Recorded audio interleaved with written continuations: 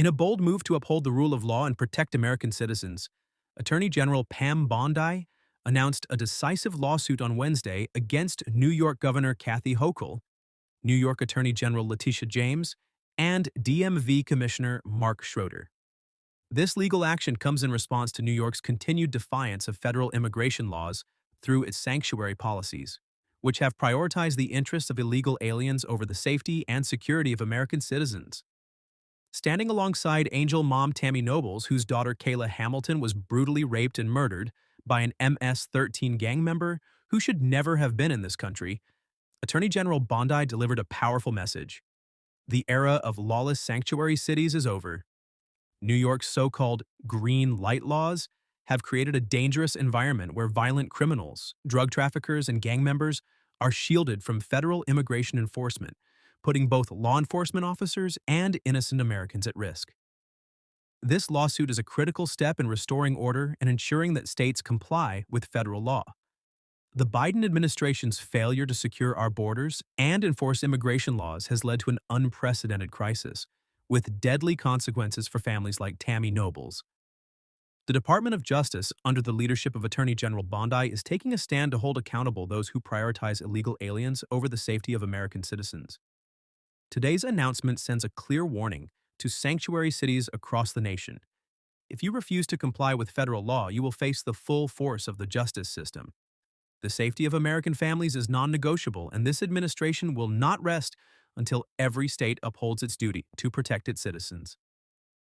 Thank you, Attorney General Bondi, for your unwavering commitment to justice and for standing with the angel moms who have suffered unimaginable losses. Together, we will ensure that no more families endure the pain caused by reckless sanctuary policies.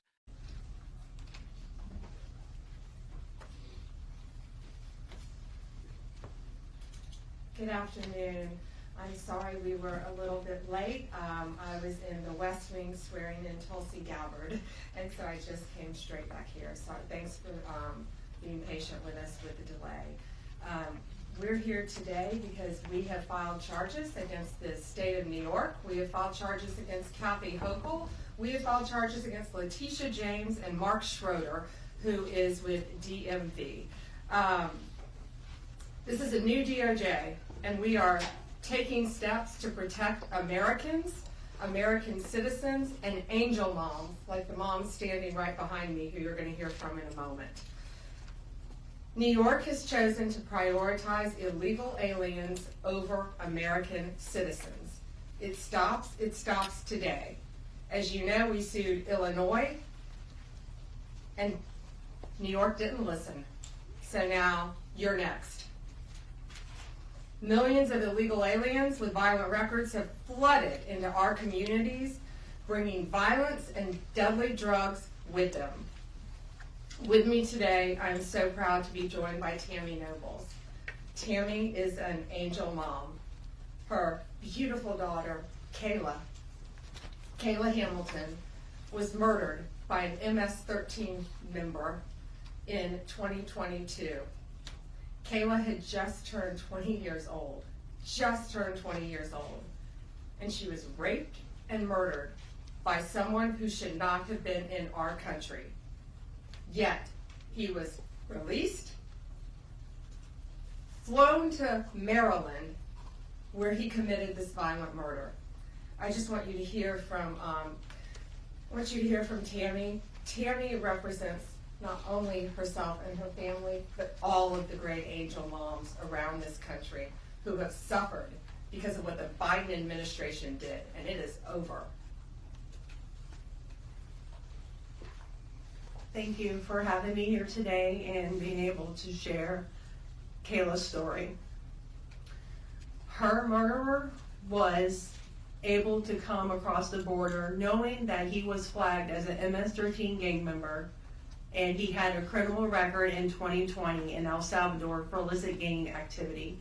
He came over as an unoccupied alien child, saying that he was afraid of gang activity in his country. Health and Human Services called him a nice boy, and he showed age-appropriate behavior. That fell so wrong when he murdered my daughter. He ended up in Maryland where he was able to rent a room in the same mobile home as her.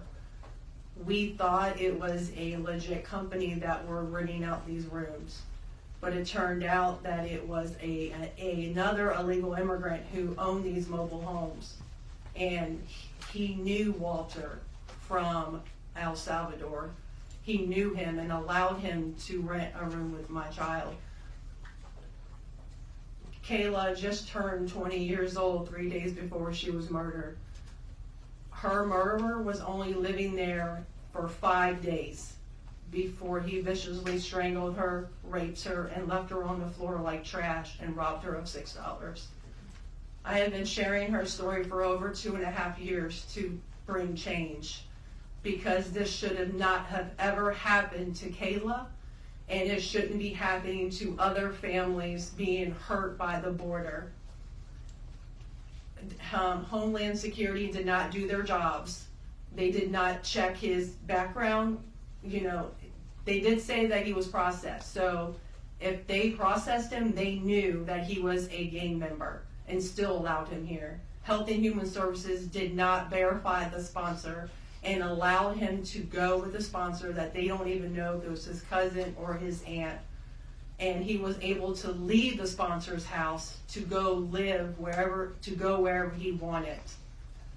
And I am going to continue sharing Kayla's story to help save others and to bring awareness of what was happening under the Biden-Harris administration. And I'm so thankful for Pam having me here today, and I'm so thankful for the opportunities I got from Trump and any other platform, you know, people who allowed me to share her story, because this is going to end.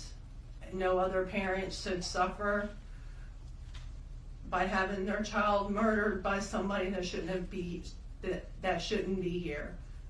And I'm gonna continue, you know, sharing it, and for Kayla, you know, and also for others. Thank you. And it's my understanding that he also admitted to other murders, correct? Multiple murders. He wrote a letter, and was entered something in jail that he committed 4 murders and 2 rapes. And that's who we were letting walk into our country. And that's why President Trump has directed this to stop. And if you don't comply with federal law, we will hold you accountable. We did it to Illinois, strike 1. Strike 2 is New York. And if you are a state not complying with federal law, you're next, get ready. And the great men and women of law enforcement are standing behind me today. We have FBI, DEA, ATF agents. They put their lives on the line every single day to protect us. And what New York has, they have green light laws, meaning they're giving a green light to any illegal alien in New York, where law enforcement officers cannot check their identity if they pull them over. Law enforcement officers do not have access to their background. And if these great men and women pull over someone and don't have access to their background, they have no idea who they're dealing with. And it puts their lives on the line every single day. Violent criminals, gang members, drug traffickers, human smugglers will no longer terrorize the American people. And that is why we are here today. You will be held accountable if you do not follow federal law. It's over, it ends, and we're coming after you. Questions? We have time for a few questions. David Spot, the Fox News. Madam Attorney General, thank you and welcome to the Justice Department. Thank you. I have a quick on-topic and a quick off-topic Sure. question. On-topic, in your executive order, or in your orders on the first day you were here, you talked about working with the Justice Department, or these sanctuary cities, as you say, will be Yes. punished. Today you're putting people on notice. Right now, we're just lawsuits. Is this going to go further? What kind of punishment are we talking about? Is there any grounds to charge individuals, charge politicians? How far is this going to go? Well, we're going to see what they do next, David. We have sued them all. We personally sued the governor, the Attorney General, Letitia James, and Mark Schroeder with DMV because he has the green light laws. So what they have to do, they have to start complying with federal law. If they don't, we're gonna appeal it and we will win. They have to comply with federal law. Did you have a second question? I did have a second off-topic question in this regard to the judiciary. Today, Elon Musk, who has enormous influence in the Trump administration, posted on X, quote, "There needs to be an immediate wave of judicial impeachments, not just one." As the Attorney General of the United States, how do you respond to that? Shouldn't the process work out in the courts before we talk about judicial impeachments? I mean, these are just TROs now at this time. Shouldn't these just play out? Yeah, I haven't seen Elon Musk tweet. He is a friend of mine. He is a great man. I think he's very frustrated with what's happening in our federal government. You know, at USAID alone, they're giving out billions of dollars that should not be distributed. We're going to back him up. You know, we work our whole lives in this country, and we all pay taxes in this country. And for people to find out that $2 million is going to Guatemala for sex changes is outrageous. And we're going to back up Elon Musk every way we can. That includes lawsuits against these people who are doing that, and we will be successful. Do you have concerns about judicial impeachments? That's not going to happen now. We're going to look at everything. We're going to follow the law right now. We're going to follow the process. These are federal judges with lifetime appointments, but they will be struck down ultimately by the Supreme Court of the United States if the appellate courts don't follow the law as well. Alana Richard, PAB. Hi. Hi. Thanks so much. I also have an on-topic and an off-topic. Sure. First of all, can you just briefly walk us through what the legal claims are you're making in this lawsuit? Yeah, absolutely. So the green light laws are that, this is what the green light law says. It's a green light to illegal immigration, which says they can comply. That law is unconstitutional. They can't do that. And what they've done is they have a tip-off provision that requires New York's DMV commissioner to promptly inform any illegal alien when a federal immigration agency has requested their information. So think about the men and women in law enforcement behind me. That's basically, that's not basic, it's tipping off an illegal alien, and it's unconstitutional. And that's why we filed this lawsuit, and that's why we charge Mark Schroeder too, because he runs DMV. Oh, I'm sorry, you had a second question. Yeah, my off-topic question. I wanted to ask about Mayor Eric Yes. Adams' case. As of at least a few moments ago, SDNY still has not dropped that case. Have you or other DOJ leadership spoken to the acting U.S. attorney and SDNY since the memo was sent earlier this week? And what will you do if she refuses to drop the case?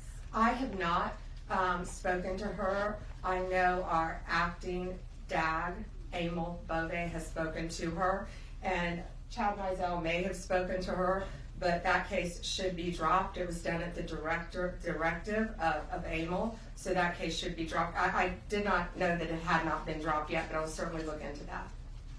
Reagan, Daily Caller. Hi, how are you? Tom Homan suggested this week that someone from within the FBI may be leaking information about the ICE raids, and that such could be putting officers' lives at risk. Has the DOJ gotten any closer to determining if these leaks are coming from within the FBI? And what will the consequences be if they can identify the leakers from the FBI? Excuse me. Well, first, I can't talk about anything that is ongoing, and that is ongoing. And it's really for the similar reasons of what I said earlier. The great men and women in law enforcement standing behind me today, they must be protected. And anytime anyone leaks or tips off anything regarding a pending investigation, that jeopardizes lives. You're telling a bad guy what's about to happen. It could jeopardize the lives of all the men and women in law enforcement. We will not stand for it. We will find you. We're going to investigate it, no matter what agency it came from. We don't know for certain. We have an open investigation, so I can't talk about it in detail, but we will do everything in our power to hold you accountable, and it is a crime, and you will be prosecuted when we find you. I got time for one more. Alana Austin, Newsmax. Hi, Madam Hi, Alana. Attorney General, thank you so much for your time. I was also interested in hearing specifically what the interactions have been like with Mayor Adams. And I know he has a little bit of a different tone than some of the other Democrats out of the Empire State. And then also Denver Mayor Mike Johnston, because before the President Trump went back into office, he had issued some words about a potential standoff, and then walk that back. So I was curious to see what things have been like as New York City and Denver officials. Yeah, well, we're hoping that in New York, Mayor Adams is going to cooperate with us with the sanctuary cities and the illegal aliens. And has the mayor in Colorado been cooperating? Do we know? I believe he might have now. Yeah, I believe Colorado is now cooperating. That's what we want. We don't want to sue you. We don't want to prosecute people. We want people to comply with the law. This is very simple. An MS-13 member murdered her daughter. That's happening throughout this country. We have one angel mom is too many. And we have angel moms throughout this country who should not be going through this. Comply with the law. This is the last thing we want to be doing. We want to be out there, all of us, fighting violent crime. Yet we're fighting illegal aliens, and that ends, and it's going to end today. All right, that's all we have time for, guys. Thank you. Thank you. Thank you all. Thank you.